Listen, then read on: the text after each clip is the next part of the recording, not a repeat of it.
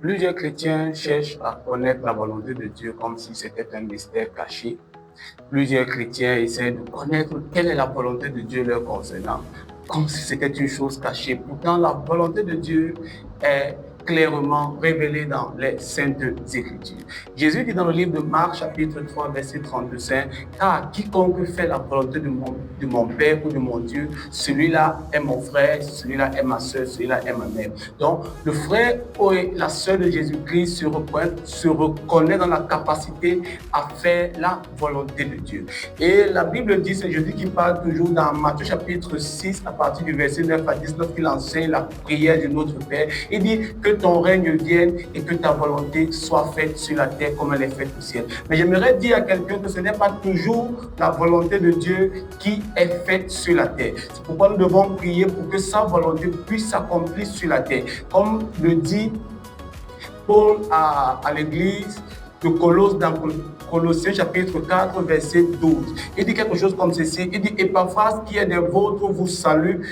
Serviteur de Jésus-Christ, il ne cesse de combattre pour vous dans ses prières, afin que, parfait et pleinement persuadé, vous persistiez dans une entière soumission à la volonté de Dieu. Donc, pour que la volonté de Dieu s'accomplisse sur la terre, un homme, une femme doivent persister dans la prière. Et en ce jour, j'aimerais te présenter la volonté de Dieu pour l'humanité, la volonté de Dieu pour toi, pour moi, pour tous les hommes sur la terre. Alors, la toute première volonté générale de Dieu est exprimée dans les Écritures, dans l'épître de Paul à son fils Timothée, dans 1 Timothée chapitre 2, verset 4. Je dirais du verset 3 au verset 4. Nous prendrons la lecture à partir d'ici. La Bible dit dans 1 Timothée chapitre 2, à partir du verset 3, la Bible dit, cela est bon et agréable devant Dieu, notre Sauveur, qui veut que tous les hommes soient sauvés et parviennent à la connaissance de la vérité.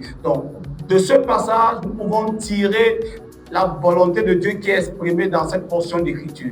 La Bible dit, cela est bon et agréable à Dieu, notre Sauveur, qui veut que tous les hommes soient sauvés. Donc la toute première volonté générale de Dieu pour l'humanité, pour toi, pour moi, c'est que nous soyons sauvés. C'est que tous les hommes soient sauvés et parviennent à la connaissance de la vérité. Et Jésus a dit, je suis le chemin, la vérité et la vérité. La connaissance de qui? De Jésus-Christ en notre terme. Alléluia. Donc nous voulons dire, la toute première volonté de Dieu, c'est que tout homme soit sauvé.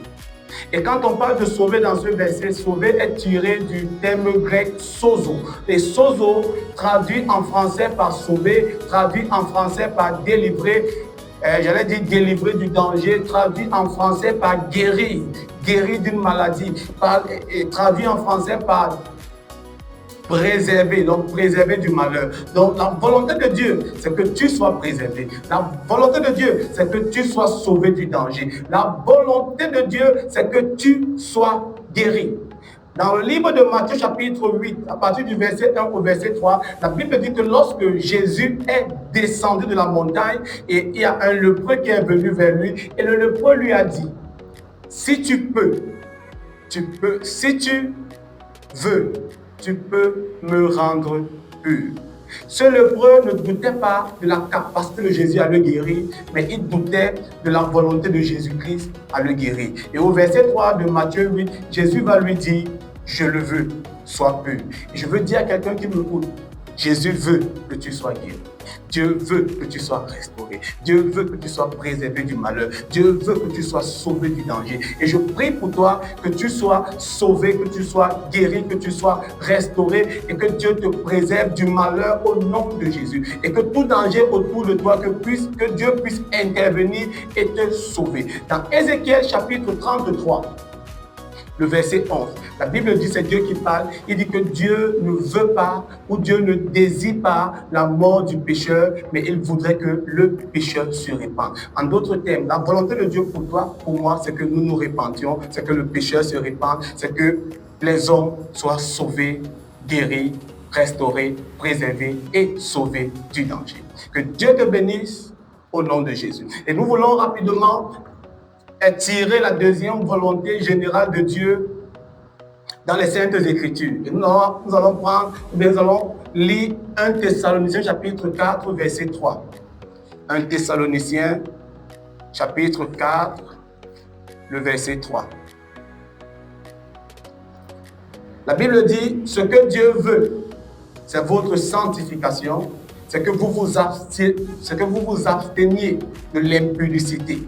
C'est que chacun de vous sache posséder son corps dans la sainteté et dans l'honnêteté. Donc, dans cette portion d'écriture, nous pouvons tirer une autre volonté générale de Dieu pour l'humanité. Après que tu sois sauvé, Dieu voudrait que tu vives une vie de sainteté, tu vives une vie de sanctification, que tu mènes une vie de chasteté. La Bible dit, c'est Paul qui écrit à l'église de Thessalonique et il leur dit ce que Dieu veut. Donc la volonté de Dieu pour vous, c'est que vous viviez une vie de sanctification. Et il continue de leur dire et que vous vous absteniez de l'impudicité. Donc Dieu veut que nous menions une vie de sanctification. Et quand on parle de sanctification ou de sanctifier, on parle simplement de mettre quelque chose à part, de mettre quelqu'un à part pour le service de Dieu. Donc Dieu voudrait que tu sois mis à part pour son service. Dieu voudrait que toi qui m'écoutes, tu puisses le servir. Et je prie que la volonté de Dieu pour toi s'accomplisse maintenant au nom de Jésus. Donc Dieu veut aussi que tu t'abstiennes de l'impudicité. Et quand on parle d'impudicité, on parle de toute relation sexuelle illégale, de toute relation sexuelle illicite. Donc Dieu veut que tu t'abstiennes de l'immoralité sexuelle. Et Paul dit dans 1 Corinthiens 6, verset 18, il dit fuyez l'immoralité. Et je prie que tu puisses fuir l'immoralité au nom puissant de Jésus. Et nous voulons tirer une autre volonté du Seigneur. Nous voulons voir un autre verset biblique qui exprime une autre volonté générale de Dieu pour l'humanité, pour toi et pour moi. Donc, nous allons lire dans 1 Thessaloniciens, le chapitre 5, le verset 18. Nous prendrons la lecture à partir d'ici. 1 Thessaloniciens 5, verset 18. La Bible dit, rendez grâce en toutes choses, car c'est à votre égard la volonté de Dieu en Jésus-Christ. Donc, voici encore dans ce verset une autre volonté générale de Dieu qui est exprimée pour l'humanité. Nous avons dit que la toute première volonté de Dieu est tirée de 1 Timothée 2, verset 4, où Dieu dit, ou bien l'apôtre Paul dit à son fils Timothée que Dieu veut que tous les hommes soient sauvés.